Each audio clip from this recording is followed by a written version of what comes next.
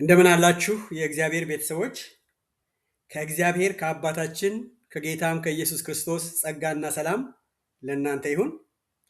ዛሬ መዳኔን እንዴት አረጋግጣለሁ የሚለውን ተከታታይ ትምህርት ጌታ ቢፈቅድ እንጨርሳለን። የዛሬውን ጥናት በአንደኛ ዮሐንስ ምዕራፍ 5 ቁጥር 13 በማንበብ ጀምራለሁ።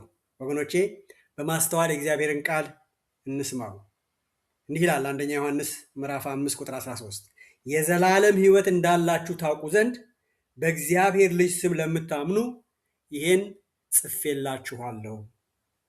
ዛሬ ይህንን የመጨረሻውን ክፍል በጸሎት ብንጀምረው ወደድኩ። ጌታ ያስተማረንንና ከዚህም በኋላ የሚያስተምረንን ለእኔ ብለን ሰምተን ተረድተን እንድንኖርበት እስቲ ሁላችንም በጸሎት ጌታን እንጠይቅ። አባት ሆይ ዛሬ ይህን ትምህርት ስናጠናቅቅ በልቤ ውስጥ ለእኔም ይህንን ቻናል ለሚከታተሉትም ወገኖቼ ታላቅ ናፍቆት አለኝ። ቃልህ እንደ ውሃ፣ ቃልህ እንደ መዶሻ፣ ቃልህ እንደ እሳት የሚያጥበውን ከሕይወታችን እንዲያጥብ፣ የሚሰብረውን ከሕይወታችን እንዲሰብር፣ የሚያቃጥለውን ከሕይወታችን እንዲያቃጥል እናም ልባችንን ከፍተህልን በሕይወታችን በአገልግሎታችን የሚያልፉትን ነገሮች ሁሉ ከቃልህ አንጻር ማየት እንድንጀምር ከቃል ጋር ወዳጆች እንድንሆን ትረዳን ዘንድ ዓይኖቻችንን ትከፍትልን ዘንድ እለምንሃለሁ። ጌታ ሆይ ዛሬ በእያንዳንዳችን ሕይወት ብዙ ፍሬ ብናፈራ አንተ ትከበራለህ፣ ለእኛም ሰላምና ደስታ በመንፈስ ቅዱስ ይሆናል። እባክህን እናውቅህ ዘንድ አውቀንህም እንደ ፈቃድህ እንወጣ እንገባ ዘንድ ጸጋህን አብዛልን። በጌታችን በመድኃኒታችን በኢየሱስ ክርስቶስ ስም አሜን አሜን። ዮሐንስ ወንጌሉንም ሲጽፍ መልእክቱንም ሲጽፍ ለእኛ ለምንድን ነው የጻፈው ብለን እንዳናስብ አድርጎ ግልጽ የሆነ ነገር ሰጥቶናል። ወንጌሉን ሲጽፍ ዮሐንስ ምን አለ? በዮሐንስ ወንጌል ምዕራፍ 20 ቁጥር 31 ላይ እንዲህ አለ፣ ነገር ግን ኢየሱስ እርሱ ክርስቶስ የእግዚአብሔር ልጅ እንደሆነ ታምኑ ዘንድ አምናችሁም በስሙ ሕይወት ይሆንላችሁ ዘንድ ይህ ተጽፏል አለን። ዮሐንስ ይሄንን ሁሉ ከጻፈ በኋላ በምዕራፍ 20 ላይ አንድ ምዕራፍ ሲቀረው 21ኛ ምዕራፍ ሲቀረው በምዕራፍ 20 መጨረሻው ላይ ምን አለ? በዚህ መጽሐፍ ያልተጻፈ ሌላ ብዙ ምልክት በደቀ መዛሙርት ፊት ኢየሱስ አድርገዋል አለ። ቁጥር 30 ላይ ምዕራፍ 20 ቁጥር 30 ላይ። ከዛ በኋላ ግን ምን አለ? ነገር ግን ኢየሱስ እርሱ ክርስቶስ የእግዚአብሔር ልጅ እንደሆነ ታምኑ ዘንድ አምናችሁም በስሙ ሕይወት ይሆንላችሁ ዘንድ ይህንን ጻፍኩላችሁ። ካደረጋቸው ነገሮች በሙሉ ወስጄ ይሄንን የጻፍኩበት ምክንያት፣ እነዚህን ብቻ የጻፍኩበት ምክንያት ምንድን ነው? ኢየሱስ እርሱ ክርስቶስ የእግዚአብሔር ልጅ እንደሆነ ታምኑ ዘንድ ነው። አምናችሁም ደግሞ ሕይወት በስሙ ሕይወት ይሆንላችሁ ዘንድ ነው ይሄንን የጻፍኩት አለ ዮሐንስ ወንጌልን ሲጽፍ። መልእክቱን ደግሞ ሲጽፍ ዮሐንስ ምን አለ? መልእክቱን ደግሞ ሲጽፍ በአንደኛ ዮሐንስ ምዕራፍ 5 ቁጥር 13 ላይ የዘላለም ሕይወት እንዳላችሁ ታውቁ ዘንድ በእግዚአብሔር ልጅ ስም ለምታምኑ ይህን ጽፌላችኋለሁ።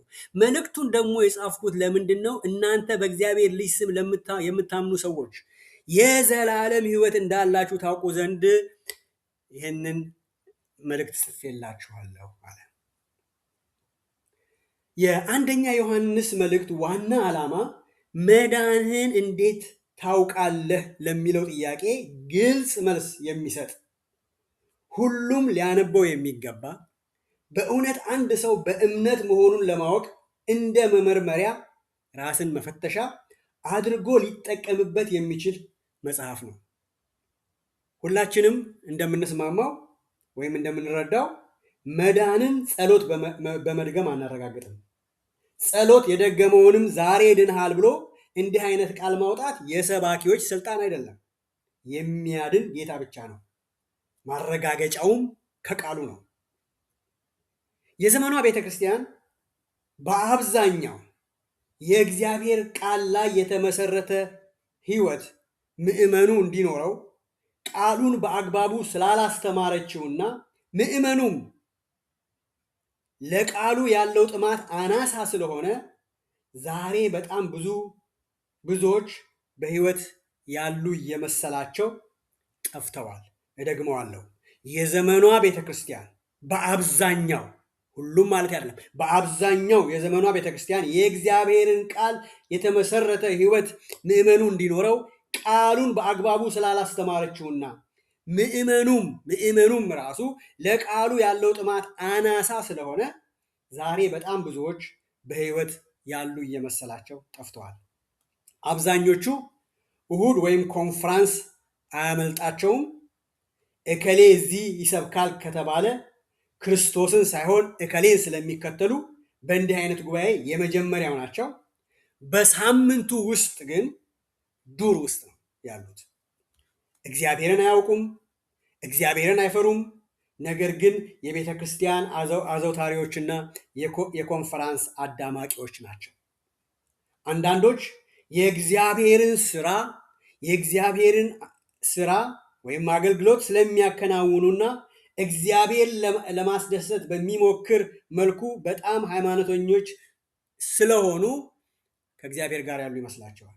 ሌሎች ደግሞ እግዚአብሔርን የማያውቁ ነገር ግን እግዚአብሔርን የማወቃቸው ማስረጃ ሃይማኖታዊ እንቅስቃሴ የሚመስላቸውም አሉ። ወገኖቼ እውነቱን መነጋገር መልካም ነው። እግዚአብሔርን በአገልግሎትህ በምታደርገው የቤተ ክርስቲያን እንቅስቃሴ ልታስደስተው የምትጥር ወንድሜ አንድ ነገር አትርሳ፣ አንድ ነገር አንርሳ። እግዚአብሔር ከ2000 ዓመት በፊት በልጁ ተደስቷል። ለዚህም ነው በእርሱ ደስ የሚለኝ ብሎ ራሱ ተናግሯል። ከዚህ በላይ ምን ልናመጣ ነው? ትልቁ እኔና እናንተ ከእግዚአብሔር ጋር መሆናችን ላይ ነው ፎከሱ። አስተማሪዎችም ወገኖችን ህዝቡን የምታስተምሩትም እናንተ ማስተዋል ያለብን ነገር አለ። ነገሩ አሁን ጎተራው ከሞላ አስራቱና መባው ካልተጓደለ ህዝቡ የት ዋለ፣ ምን በላ፣ የት ገባ ግድ የላቸውም። ብዙዎቹ ሰብስበው አጫጭኸው አሟሙቀው ይዞ የመጣውን ተቀብለው ይለቁታል። ለህይወቱ ግድ የላቸውም። የተመጣጠነ የእግዚአብሔር ቃል ይመገብ ወይስ ፍሩሽካ ይመገብ አይገዳቸውም። አፍ ያለው ጤፍ ይቆላል ይባላል በሀገራችን። አፍ ያለውን ከጌታ ቃል ጋር ጊዜ ያላጠፋውን በሰው ታዋቂ የተባለውን ያመጡታል። የሚለውንና የሚተነበየውን በእግዚአብሔር ቃል አይፈትሹም። ህዝቡን ለእንደዚህ አይነት ነገር ይጋልጡታል። አገልግሎት እግዚአብሔርን ነው ወይስ ያንተን ጎተራ መሙላት ነው? ወገኖቼ ዛሬ ለህይወታችሁ ግድ ይላችኋል ወይ ነው ጥያቄው። እናንተስ አገልጋዮች ለሚጠፉት በጎች ግድ ይላችኋል ወይ ነው ጥያቄው። ኢየሱስ አንዱ ቢጠፋ 99ኙን ትቼ አንዱን ለመፈለግ እወጣለሁ፣ ፈልጌም አመጣዋለሁ አለ። ዘንድሮ ግን አንድ ጎሰም ያለ ካለ 99ኙ ዓለም ውስጥ ቢውሉ ቢያድሩ ፉርሽካ ቢበሉ ባይበሉ ግድ የሌለበት ጎሰም ያለው ብቻ የምንከታተልበት ጊዜ ደርሰናል። እግዚአብሔር ይርዳ። ወገኖቼ በዚህ በጌታ ፊት እንደምንጠየቅ አንርሳ። አዎ በቤተ ክርስቲያን የሚደረጉ እንደ እግዚአብሔር ቃል የሚከናወኑ ኮንፈረንሶች መልካም ናቸው። በቤተ ክርስቲያን የሚደረጉ እንደ እግዚአብሔር ቃል የሆኑ ምግባሮች መልካም ናቸው። ምግባሩ ግሩም ነው። ነገር ግን ምግባሩ ወደ ህይወት ካልመራ ያ ነው ችግሩ። ነገር ግን እውነታው በአንደኛ ዮሐንስ መልእክት ውስጥ የምናገኘው ነገር ነው።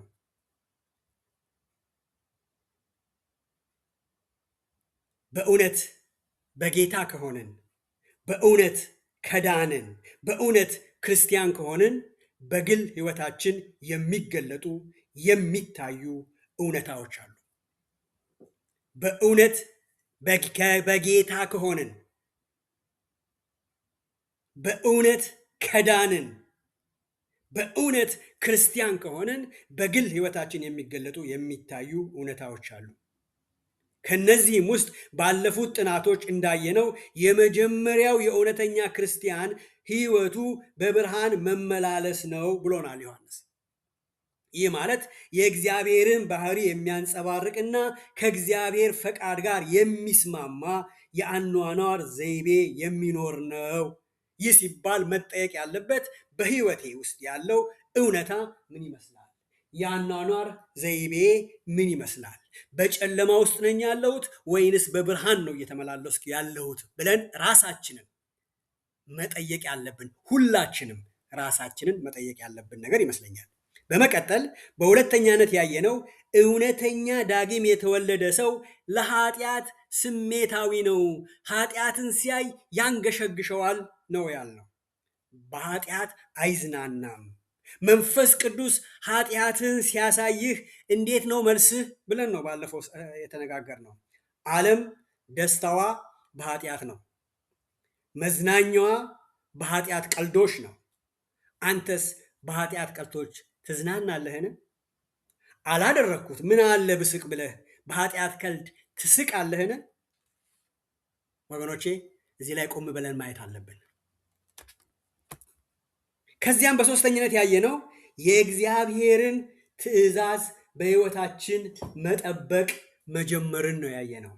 ዮሐንስ የዳነ ሰው በሕይወቱ የእግዚአብሔርን ትእዛዝ መጠበቅ ይጀምራል፣ መለማመድ ይጀምራል። ይህ ማለት የእግዚአብሔርን ትእዛዝ በመታዘዝ መኖር የተለመደ የአኗኗር ዘይቤ ማድረግ ይጀምራል። ሕግ ተሽሯል ብሎ ትእዛዛት ሁሉ ቀርተዋል ብሎ እንደዛ እንደፈለገ አይፋንንም።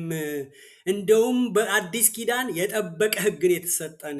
በብሉይ ኪዳን ወንድምህን ውደድ ጠላትን ጥላ ተብሏል። አሁን ግን በአዲስ ኪዳን ጠላትንም ውደድ የሚል ተለቅ ያለ ትእዛዝ ነው የተሰጠን።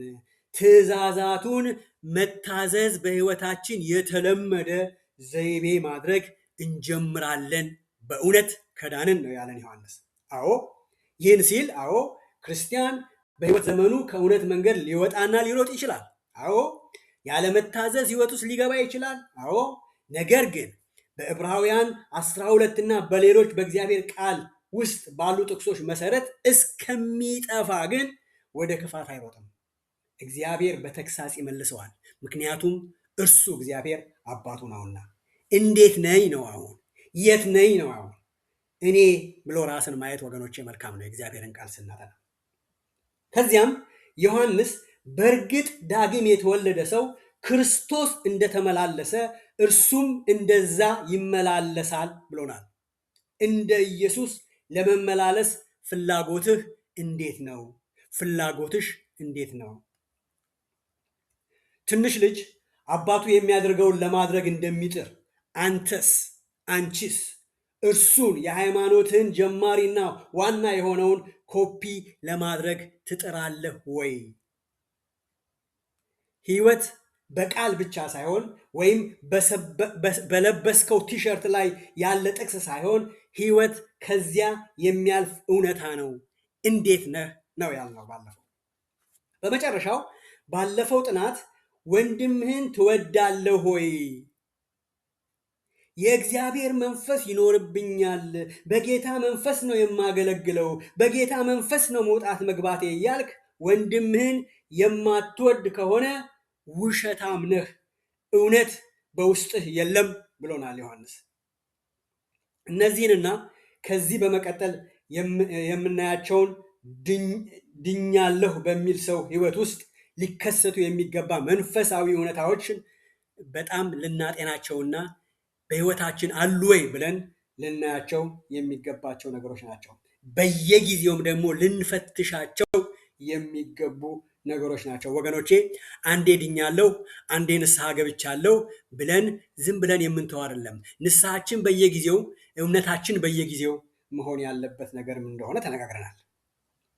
ይህንን ካልኩ ስላለፉት ጥናቶቻችን አሁን ወደ ሌላ መመርመሪያ መዳናችንን ማረጋገጫ መመርመሪያ እናልፋለን። በአንደኛው ዮሐንስ ምዕራፍ 2 ከ15 እስከ 16 አነበዋለሁ።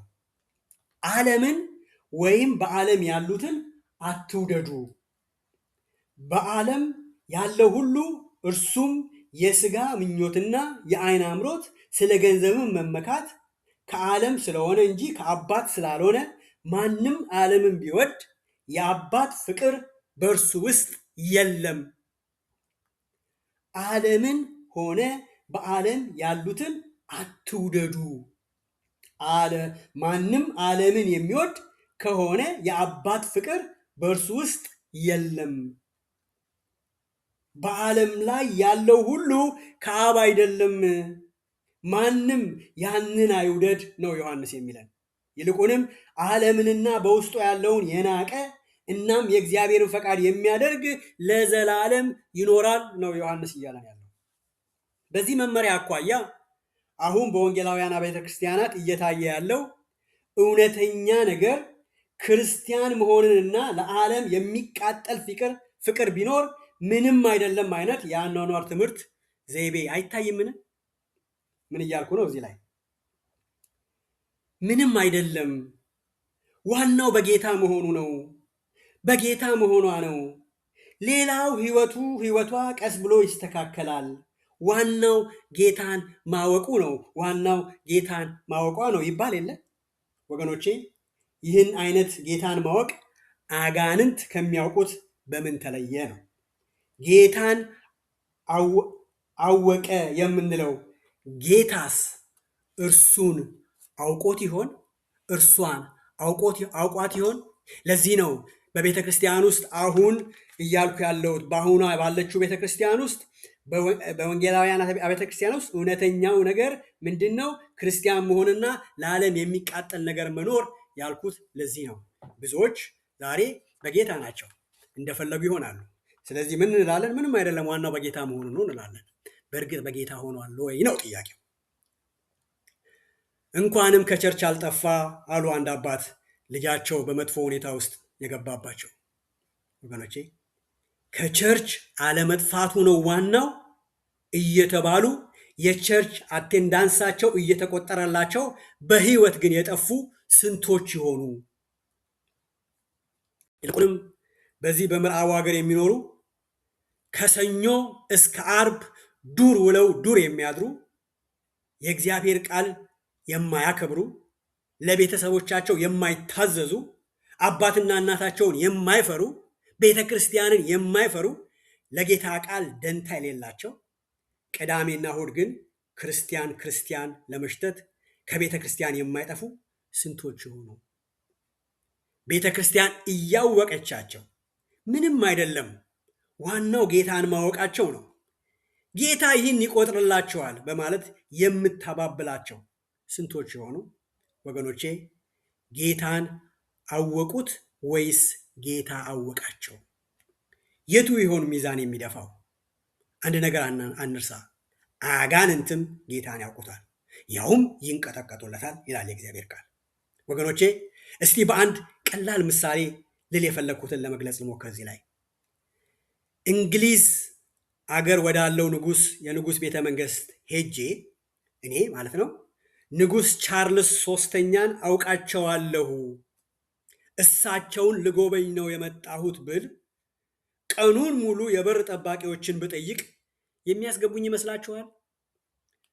መልሱ አያስገቡህም። ካልተጋበዝክ መጨረሻ ፕሮግራም መጀመሪያውኑ በፕሮግራም ካልሆነ አያስገቡህም ይመስለኛል መልሱ። ምንም የተማርኩ ብሆን፣ ምንም ባለስልጣን ብሆን፣ ወይም በጣም ምንም ሀብታም ብሆን አያስገቡኝም። ነገር ግን እኔ በደጅ ቆሜ ጠባቂዎችን በምለምንበት ሰዓት ንጉሱ ወጥተው ቢያዩና ስሜን ጠርተው አውቀዋለሁ አስገቡት ቢሉ ማን ይሆን ከልካዩ ነው? ለዚህ ነው ንጉሱን አውቀዋለሁ ሳይሆን የሚያዋጣው ንጉሱ ያውቀኛል ወይ ያልኩት። ኢየሱስ የነገስታቱ ንጉስ ያውቅሃል ወይ ነው ጥያቄው። ኢየሱስ በማቴዎስ ወንጌል ስለ ጠባቡና ሰፊው በር የተናገረውን ላስታውሳችሁ ወዳለሁ ወገኖቼ። ማቴዎስ ምዕራፍ 7 ከ13 እስከ 14 እንዲህ ይላል፣ አነበዋለሁ። በጠበበው ደጅ ግቡ፣ ወደ ጥፋት የሚወስደው ደጅ ሰፊ መንገዱም ትልቅ ነውና፣ ወደ ሕይወት የሚወስደው ደጅ ጠባብ መንገዱም የቀጠነ ነውና፣ የሚያገኙትም ጥቂቶች ናቸው። ይላል። ኢየሱስ በዚህ ክፍል ውስጥ ሁለት ነገሮችን ያነጻጽራል። በደንብ እንመልከተው። ሰፊና ጠባብ በር እናም ትልቅና ቀጭን መንገድ። ሰፊው በር የተገለጸው ከትልቁ መንገድ ጋር ነው። ጠባቡ በር የተገለጸው ከቀጭኑ መንገድ ጋር ነው። ብዙውን ጊዜ ሰዎች ኢየሱስን ተቀብያለሁ፣ በጠባቡ በር ገብቻለሁ ብለው ይላሉ። በጠባቡ በር ገባን ካሉ በኋላ ግን የሚሄዱት በትልቁ መንገድ ነው። በአብዛኛው የምንሰማው ስለ ጠባቡ ስለ በሩ ጠባብና ሰፊነት ብቻ ስለሆነ ስለ መንገዱ ቀጭንነትና ትልቅነት ስለማይነገረን ብዙዎች ዛሬ ራሳቸውን በጠባቡ በር የገባ ክርስቲያን ነኝ ብለው ይጠራሉ። ነገር ግን በትልቁ መንገድ ይጓዛሉ። ወገኖቼ ጠባብ በር ብቻ ሳይሆን ቀጭን መንገድም ነው የሚለን መጽሐፍ ቅዱስ። ያ ቀጭን መንገድ በእግዚአብሔር ትእዛዝ የተመደበ መንገድ ነው። እግዚአብሔርን በማወቅ እርሱን በመምሰል የሚያስኬድ መንገድ ነው ያ ቀጭን መንገድ። ወገኖቼ የእግዚአብሔር ትእዛዛት፣ የእግዚአብሔር ጥበብና የዓለም ምኞት በአንድ መንገድ ያውም በቀጭን መንገድ በአንድነት አይገኙም። ዮሐንስ በአንደኛ ዮሐንስ ምዕራፍ 2 ቁጥር 15 ዓለምንም ሆነ የዓለምን ነገሮች አትውደዱ ይላል። ዓለም ምንድን ነው? የዚህ የወደቀ ስርዓት አካል የሆነ ሁሉ የወደቀው ስርዓት አስተሳሰብና ድርጊት፣ በዚች ምድር ላይ ያለ ነገር ሁሉ ኢየሱስን እንደ ጌታ የማያውቅ እያንዳንዱ ሐሳብ ከእግዚአብሔር ቃል ጋር የማይስማማ ያ ዓለም ነው። ከእግዚአብሔር ያልሆነ ነገር ሁሉ የሚመራው በዓለም ነው፣ የሚመራው በዲያብሎስ ነው። ወገኖቼ እስቲ በዙሪያችን በሕይወታችን የእግዚአብሔርን ፈቃድና ትእዛዝ የሚቃረን ነገር እንመልከት። በምን ተከበናል? ውሏችንና አዳራችን ማንን ይመስላል? አዎ በዚህ ዓለም ውስጥ እንኖራለን። ነገር ግን ከዓለም መሆን አይጠበቅብንም። በእውነት የዳነ ሰውም ውሎውና አዳሩ በዓለም ውስጥ አይሆንም። እግዚአብሔር የሚጠላውን ነገር ይጠላል፣ እግዚአብሔር የናቀውን ነገር ይንቃል። በእግዚአብሔር ቃል ወገኖቼ እግዚአብሔር እናንተ ልጆቼ ለሆናችሁ አይገባም ያለን ዓለምና ዓለም መምሰል ለእናንተ አይገቡም ነው። አይገባም ካለ አይገቡም ነው። እራቁ ብሎ አዞናል። ሆኖም ዛሬ ብዙ ድኛለሁ የሚሉ ዓለምን ሆነ በዓለም ውስጥ ያለውን እየወደዱ በቤተ ክርስቲያን የሚመላለሱ ብዙዎች አሉ። የእግዚአብሔር ቃል ግን ዓለምን የሚወድ የአባት ፍቅር በእርሱ ውስጥ የለም ይለናል። ዮሐንስ በግልጥ የሚነግረን ማንም ዓለምን የሚወድ ከሆነ የአባት ፍቅር በእርሱ ውስጥ የለም። ሐዋርያው እያለ ያለው ክርስቶስ የተሰቀለበትን እንዴት ልትወድ ትችላለህ ነው እያለ ያለው። ምስማሮቹን ትወዳቸዋለህ ሆይ ነው እያለ ያለው ሐዋርያው። መዶሻውን ትባርከዋለህ ሆይ ነው እያለ ያለው ሐዋርያው። ራሱን የተጨፈጨፈበትን በጥፊ የመቱትን እጆች፣ በራሱ ላይ የእሾህ አክሊል ያስቀመጡትን እጆች ትወዳቸዋለህን ነው የሚለን ዮሐንስ። ወይስ ጎኑ የተወጋበትን ጦር ታፈቅራለህ ነው ዮሐንስ እያለን ያለው። ወገኖቼ ታላቅ ክፍፍል፣ ታላቅ መለያየት አለ በጌታ በሆነና ባልሆነ መካከል። መጽሐፍ ቅዱስ አሁን ለመለያየት እንዲህ በጣም ያስቸገረንን ነገር በዚያ ታላቁ ቀን እንደሚለያይ ይነግረናል።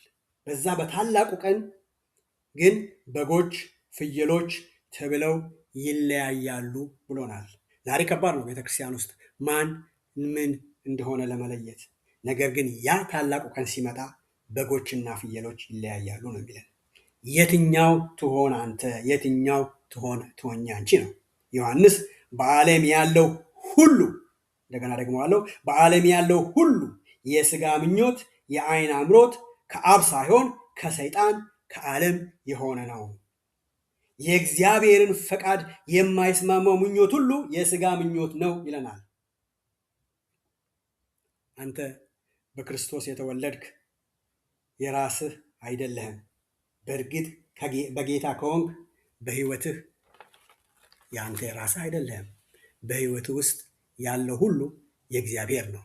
በእግዚአብሔር መርህ መመራት ያለበት ነው። እስከምትለብሰው ልብስ ድረስ፣ እስከምትነዳው መኪና ድረስ፣ እስከምትኖርበት ቤት ድረስ ማለት ነው። ወገኖቼ አለባበሳችን ከዓለም ይለያል። ዓለም ሰውነቷን ከፍታ ትሄዳለች። እኛስ? ዓለም እኔ ካልበለጥኩ ተባብላ ትወዳደራለች። እኛስ? ማን ነው የሚበልጠው አሉ ደቀ መዛሙርት። ማን ነው አንተ በመንግስት ስትመጣ ማን ነው ትልቁን ቦታ የሚይዘው? ዛሬ እንዴት ነው ቤተክርስቲያን ውስጥ እየሆነ ያለው? ዛሬ እንዴት ነው በእውነት በክርስቲያኑ መካከል እየሆነ ያለው? ወገኖቼ ያንን እኔ የት ቦታ ነኝ ብለን ማየት መልካም ነው። ወገኖቼ የዳነው ድህነትን ያገኘነው በኢየሱስ ክርስቶስ በማመን ብቻ ነው። ደግሜ ደጋግሜ ነው የምናገረው ይህንን ቃል። ድህነትን ያገኘነው በኢየሱስ ክርስቶስ በማመን ብቻ ነው። ለመዳን ማመን ይቀድማል። ንስሐ ይከተላል። ከኃጢአት መራቅ፣ እግዚአብሔር የሚጠላቸውን ነገሮች መጥላት፣ እግዚአብሔር የሚወዳቸውን ነገሮች መውደድ፣ በቅድስና ማደግ፣ እነዚህ ደግሞ የሚከተሉ ነገሮች ናቸው። እንደ ዓለም አለመሆን፣ እንደ አብዛኛዎቹ ክርስቲያኖች ነን ባዮች አለመሆን፣ ነገር ግን እንደ ኢየሱስ ክርስቶስ መሆን፣ እርሱን ለመምሰል ወደ እርሱ ማደግ ከኛ የሚጠበቅ ነገር ነው። አሁንም እደግመዋለሁ። እንደ ዓለም አለመሆን፣ እንደ አብዛኛዎቹ ክርስቲያን ነኝ ባዮች አለመሆን፣ ነገር ግን እንደ ኢየሱስ ክርስቶስ መሆን፣ እርሱን ለመምሰል ወደ እርሱ ማደግ ከኛ የሚጠበቅ ነገር ነው።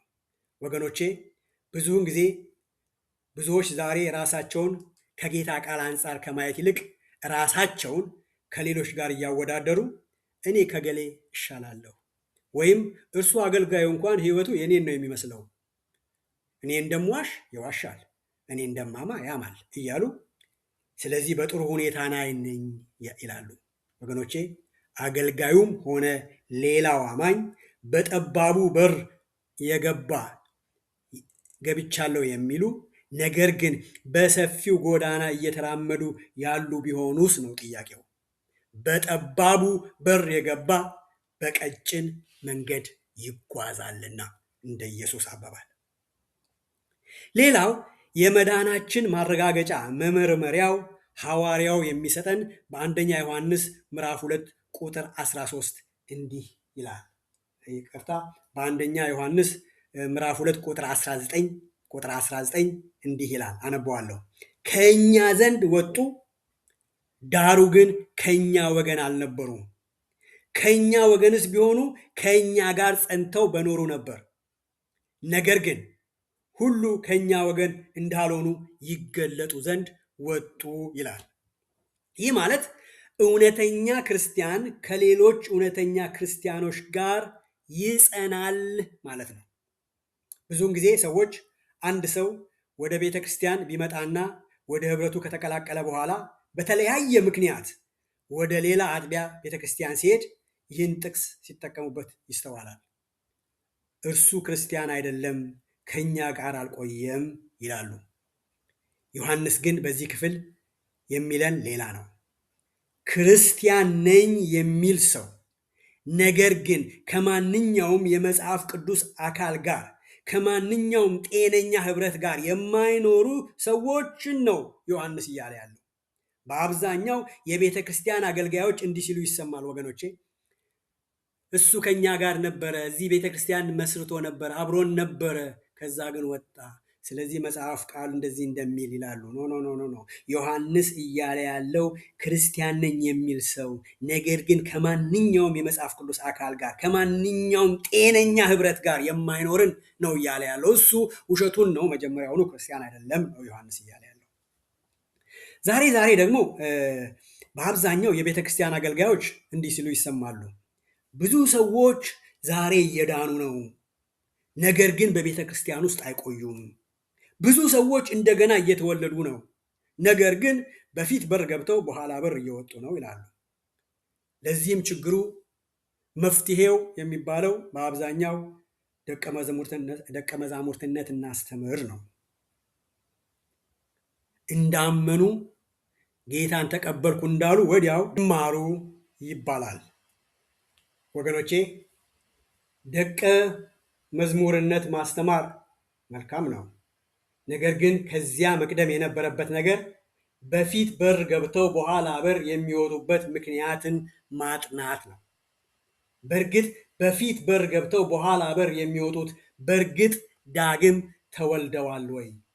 አሁን ችግሩ ዳግም ያልተወለደውን ደቀ መዛሙርትነት እናስተምራለን ስላልተወለደ ገና ሙት ስለሆነ ሙት ደግሞ ስለማይሰማ ያልሰማው ቃል ስለማይይዘው በቤተ ክርስቲያን አይቆይም። ዮሐንስ እያጎላ ያለው እዚህ ቁጥር ላይ አዎን በእርግጥ ከዳኑ ዳግም ከተወለዱ ጌታ ካገኛቸው በእግዚአብሔር ይመራሉ፣ በመጽሐፍ ቅዱስ እውነተኛ አስተምሮ ባለበት ቤተ ክርስቲያን ውስጥ ይሆናሉ። የእግዚአብሔር ቃል በትክክል ወደሚነገርበት ይሄዳሉ፣ በቅድስና ያድጋሉ። ነገር ግን እንደ ዳኑ ከተነገረ በኋላ ከዚያ የእግዚአብሔር ቃል በእርግጥ ከሚነገርበት ህብረት ከወጡ ከሐዋርያት ትምህርት ህብረት ጋር ካልተቀላቀሉ ዳኑ ብሎ ያላቸው ማስረጃው ምን ነበረ ነው ጥያቄው። በአጭሩ መሆን ያለበት በእውነት ዳግመኛ ተወልደዋል ወይ? የመወለዳቸው ማረጋገጫ የእግዚአብሔር ቃል ወይስ ጌታን የምትቀበሉ ተብለው ስለተነሱና ያንን ጸሎት ስለጸለዩ አገልጋዩም የጌታ ሆናችኋል ስላላቸው ከዚያም ከመድረክ ዛሬ ይህን ያህል ሰዎች ጌታን ተቀበሉ ስለተባለው ሪፖርት ጌታ እነሱን ተቀብሎ ይሆን? ይህን ስል አንድ ነገር ትዝ አለኝ። ልጅቷን ተከትሎ ቤተክርስቲያን ይሄዳል። ከዚያም ፕሮግራሙ ሲያልቅ ጌታን የምትቀበሉ ሲባል ልጅቷም ጎሸም ስታደርገው ይነሳና ያንን ጸሎት ከአገልጋዩ ጋር ይጸልያል። ከዚያም ልጅቷ ደስ ይላታል፣ ህዝቡም እልል ይላል፣ የጠፋ በግ ተገኘ ብሎ። ፓስተሩም ጌታ ዛሬ አዲስ በግ ወደ መንጋው ቀላቀለ ይላል። በእርግጥ ፓስተሩም ሆነ ህዝቡ ያልተረዱት ነገር መንጋውን የተቀላቀለው የጠፋ በግ ወይም አዲስ በግ ሳይሆን የበግ ለምድ የለበሰ ተኩላ መሆኑን ነው። ተኩላው የመጣው አስመስሎ በጊቱን ልጅቱን ሊወስድ እንደሆነ አለመረዳት ነው። ወገኖቼ በዚህ አይነት ስንት የዋህ በጌታ ያላደጉ በጎች በተኩላ አስበልተን ይሆን? በይ እንግዲህ ጌታን ተቀብሏል፣ አሁን በጌታ እንዲያድግ ተከታታዩ ብለን ተኩላውን ሳንለይ ለበጓ የምናስረክበው። ለነገሩ መከታተሉ እኮ የእረኛ ተግባር ነበር። ስንቶቻችን እንሆን ነው?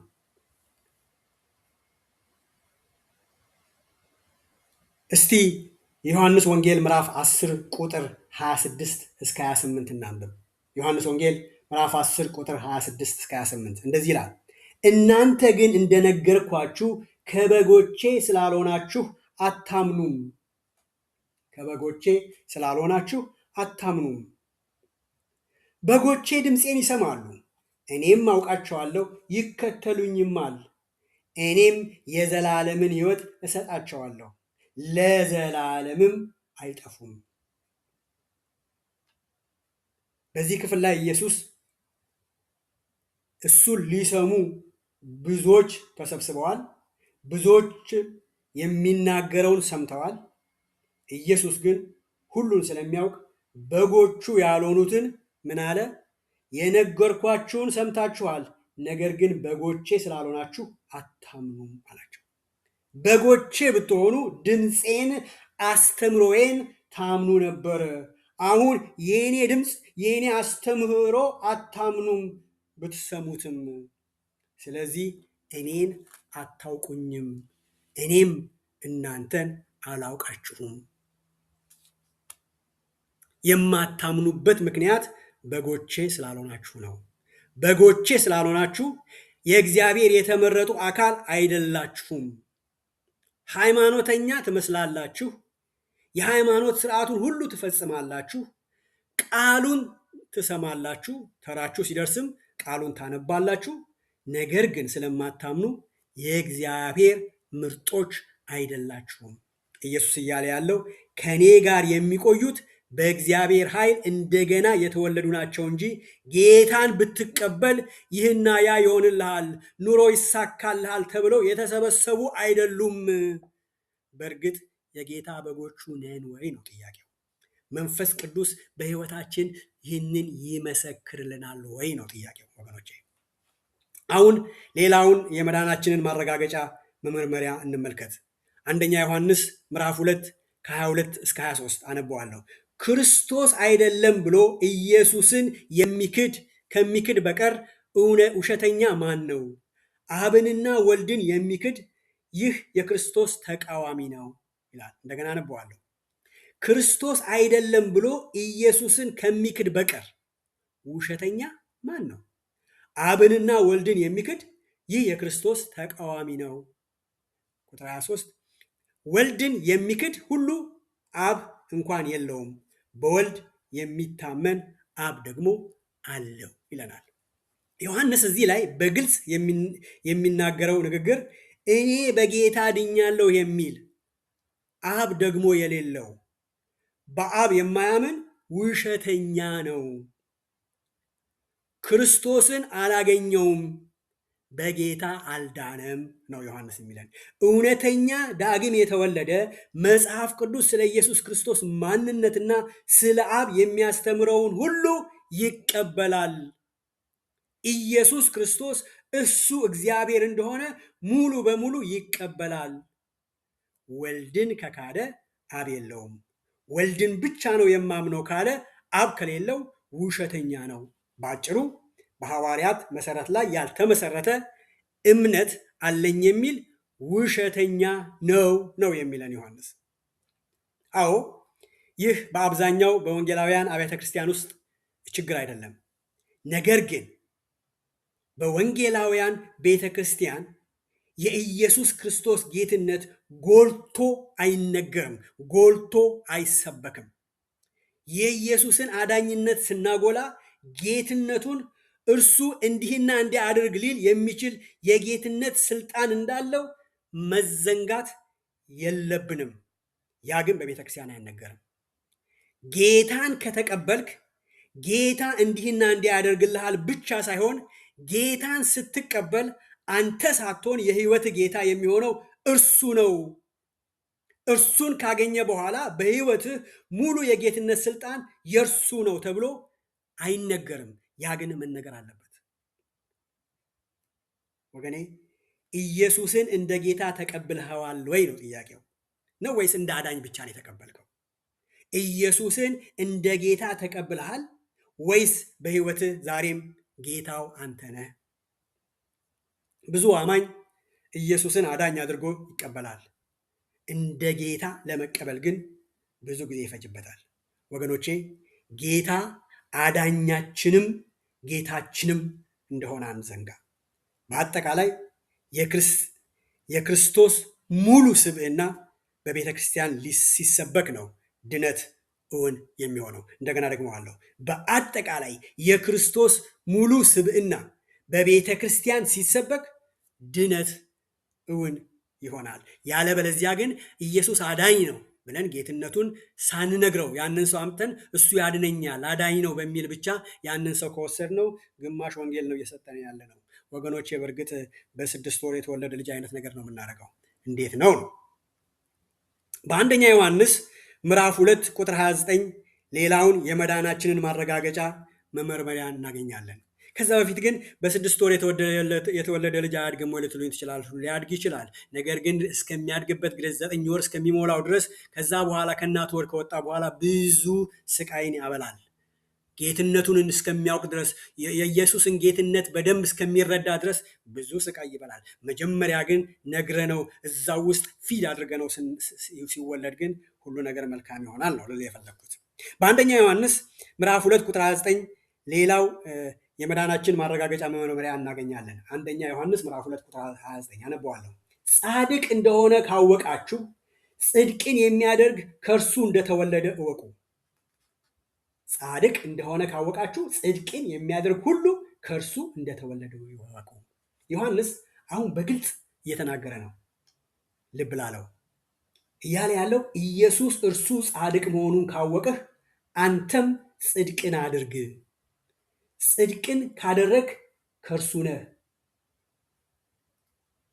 ጽድቅ የሚያደርግ እንጂ ጌታ ሆይ ጻድቅ አድርገኝ በማለት በጸሎት የምትመኘው አይደለም።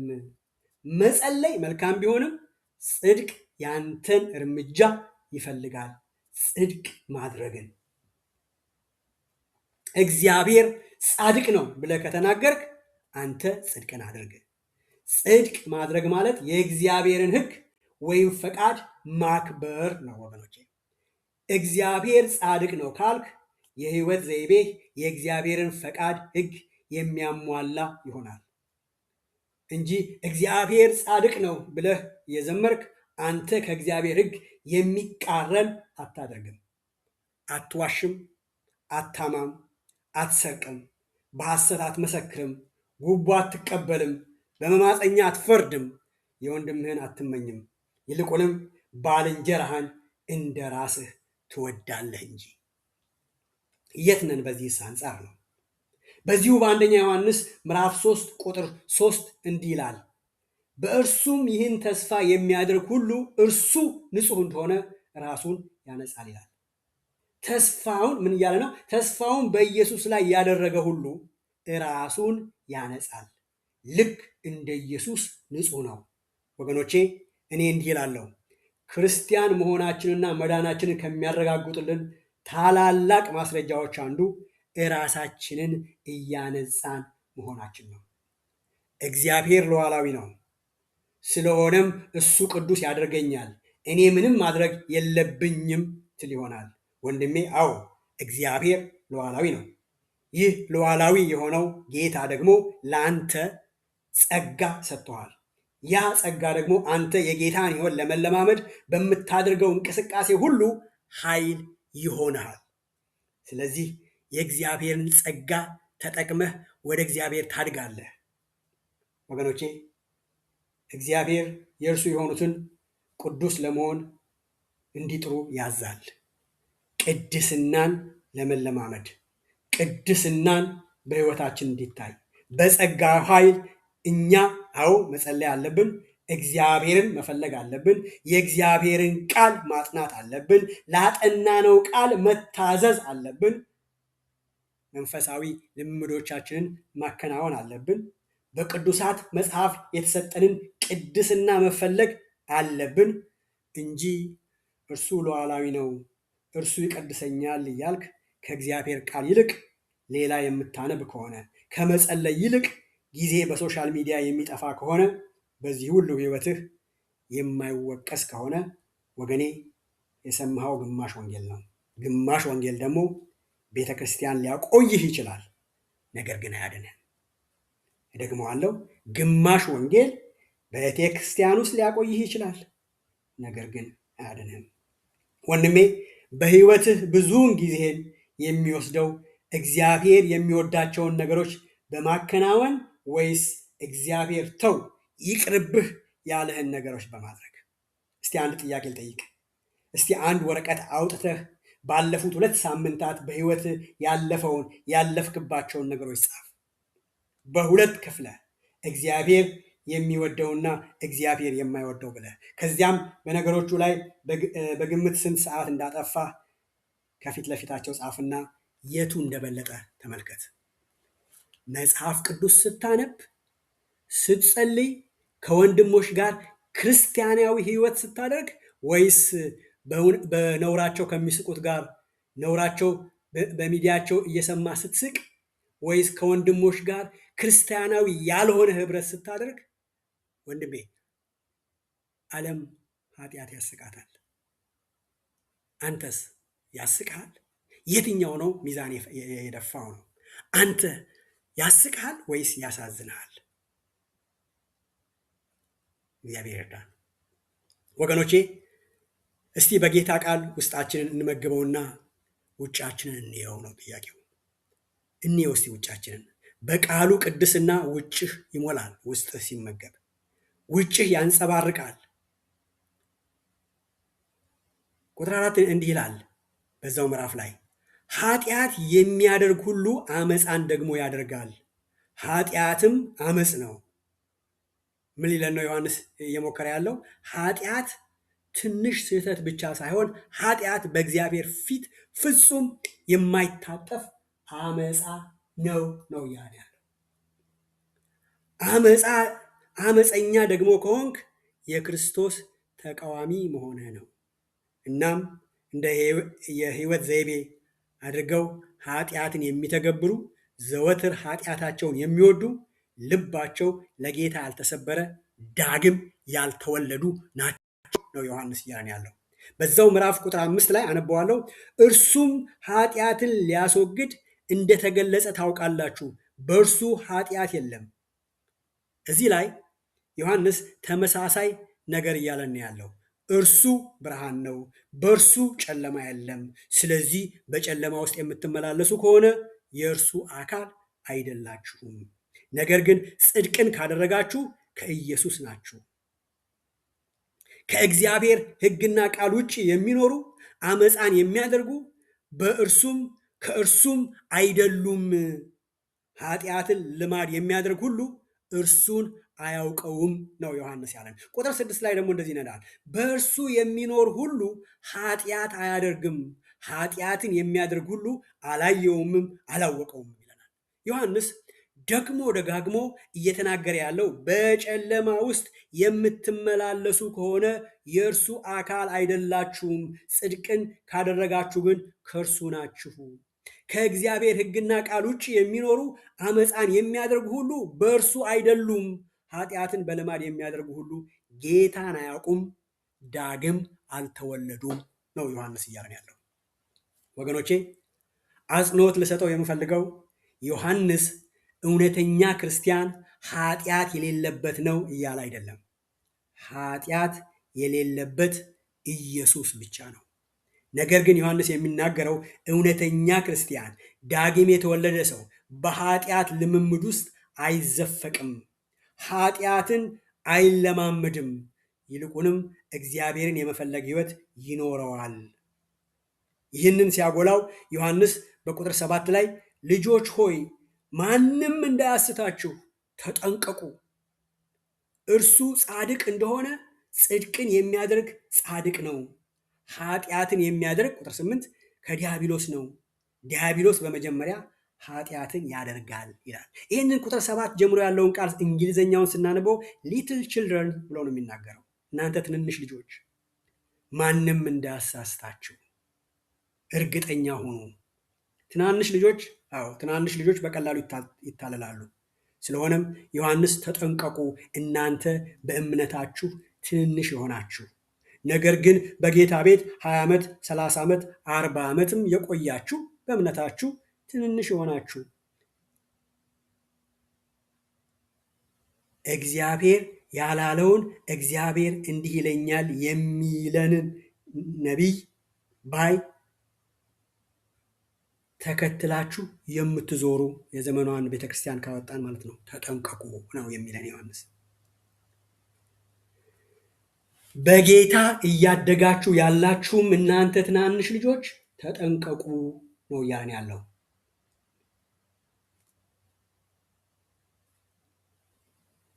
ክርስቲያን አንዳንዶች እንደዚህ ይላሉ፣ ክርስቲያን ፍጹም ሆኖ አይኖርም፣ ኃጢአት ቢያደርግም ደጋግሞ ቢወድቅም ኃጢአትን ቢለማመድም ምንም አይደለም፣ ክርስቲያን አይደለም እርሱ የሚባል ነገር የለም ይላሉ። ደግመዋለሁ። አንዳንዶች ክርስቲያን ፍጹም ሆኖ አይኖርም፣ ኃጢአት ቢያደርግም ደግሞም ደጋግሞም ቢወድቅም ኃጢአትን ቢለማመድም ምንም አይደለም። ደግሞ አንዳንዶች አሉ ክርስቲያን አይደለም እርሱ የሚሉ እንደዚህ የሚባል ነገር የለም የሚሉ አሉ። ወገኖቼ ዮሐንስ እያለ ያለው እንደዚህ አይነት ከሚሉና ኃጢአትን ከሚያበረታቱ የዘመኑ ክርስቲያን ነን ባዮች ተጠንቀቁ ነው የሚለው። ማንም ቢሆን ያስተማራችሁ ቢሆን የመሰከረላችሁ ቢሆን ፓስተራችሁ ቢሆን ሐዋርያት ከሰበኩልን ወንጌል ሌላ ቢሰብክላችሁ አትስሙት፣ እርሱ ማታለል ነው። ስለዚህ ልጆቼ ሆይ እንዳያታልሏችሁ ተጠንቀቁ። ምንም አይደለም፣ ምንም አይደለም፣ ትነሳለህ፣ ምንም አይደለም፣ አንዴ ጌታን ተቀብለሃል እያሉ እንዳያታልሏችሁ ተጠንቀቁ። በጨለማ ውስጥ ካለህ ጌታን አላወቅከውም ነው እያለን ያለ ዮሐንስ። አሁን እንዳልኩት ጽድቅን የሚያደርግ ጻድቅ ነው፣ ኃጢአትን የሚያደርግ ደግሞም የሚያበረታታ ምንም አይደለም የሚል ጻድቅ አይደለም፣ ከዲያብሎስ ነው። ዲያብሎስ በመጀመሪያ ኃጢአትን አድርጓል። ኃጢአት እንድትሰራ ሲጋብዝም እግዚአብሔር እንዲህ አለ እንዴ ብሎ ስለሆነ ኃጢአትን አሳንሶ ከሚያስተምርህ ራቅ ዮሐንስ እያለ ያለው። ወገኖቼ የሚያስተምሩን አብረውን ያሉት ዙሪያችንን የእግዚአብሔርን ነገር ሊያስተምሩን የሚፈልጉት ሰዎች እንዴት ነው ስለ ኃጢአት ያላቸው አመለካከት? ኃጢአትን አሳንሰው ያስተምሩን ይሆን? ዮሐንስ ራቅ ነው የሚለን። አሁን አንድ ተጨማሪ መዳናችን የምናረጋግጥበትን መመርመሪያ ልጨምርና በዚህ እንጨርሳለን። አንደኛ ዮሐንስ ምዕራፍ 5 ቁጥር 12 እንደዚህ ይላል፣ አነበዋለሁ። ልጁ ያለው ሕይወት አለው፣ የእግዚአብሔር ልጅ የሌለው ሕይወት የለውም። በመጨረሻ ዮሐንስ የሚለን ዳግመኛ መወለድህ ማረጋገጫው ልጁ በሕይወትህ ሲኖር ነው። ደግመዋለሁ፣ ዳግመኛ መወለድህ ማረጋገጫው ልጁ ማለት ኢየሱስ በሕይወትህ ሲኖር ነው። ልጁ ሲኖር ነው። መዳንህን በሆነ መንገድ በማንኛውም አይነት አምልኮ ስርዓት አድርገህ ያመጣኸው ከሆነ መዳንህ ከኢየሱስ ክርስቶስ ከመስቀል ስራ ውጭ ከሆነ ወልድ የለህም ነው የሚለው ዮሐንስ። አሁን ጥያቄው እንዴት ነው የዳንከው ነው ጥያቄው። ወገኖቼ መዳን በኢየሱስ ክርስቶስ በማመን እንዲያው የተሰጠ ጸጋ ነፃ ስጦታ ነው። በአንተ በአንቺ በእኔ ያመጣ ነው ምንም ነገር የለም። መዳናችን የእኛ አስተዋጽኦ የለበትም። ነገር ግን አንድ ጊዜ ወደ አነሳው ጥያቄ እመለሳለሁ። አንዳንድ ሰዎች በጌታ ድኛለሁ የሚሉ ሰዎች ዛሬ ብትሞት የት ትሄዳለህ ብለው ሲጠየቁ ወደ ጌታ መሄድ ይመስለኛል ወይም ወደ ጌታ ሄዳለሁ ይላሉ። እንዴት አወቅ ወደ ጌታ መሄድህን ሲሏቸው ጌታን አምኛለሁ፣ አስራቴን እከፍላለሁ፣ ጥሩ ክርስቲያን ነኝ፣ ቸርች አገለግላለሁ በማለት የእነርሱን ስራ በነፃው ስጦታ ላይ ለመጨመር ይዳዳቸዋል። ዮሐንስ እያለ ያለው ሕይወት የሚኖርህ ወልድ ካለህ ብቻ ነው። ሌላው ባይኖርህም ወልድ ካለህ ይበቃሃል። በመጨረሻ እንዲህ እጠይቃለሁ፣ ወልድ አለ ሆይ? ወገኖቼ መዳኔን አረጋግጣለሁ የሚለውን ተከታታይ ትምህርት በዚህ እንጨርሳለን። በተረፈ ጌታ ሁላችንን ያስተምረን፣ ወደ እውነት ይምራን። በሚቀጥለው በሌላ ርዕስ እስከምንገናኝ እስከዚያው የእግዚአብሔር የአባታችን የጌታም የኢየሱስ ክርስቶስ ጸጋና ሰላም ይብዛላችሁ።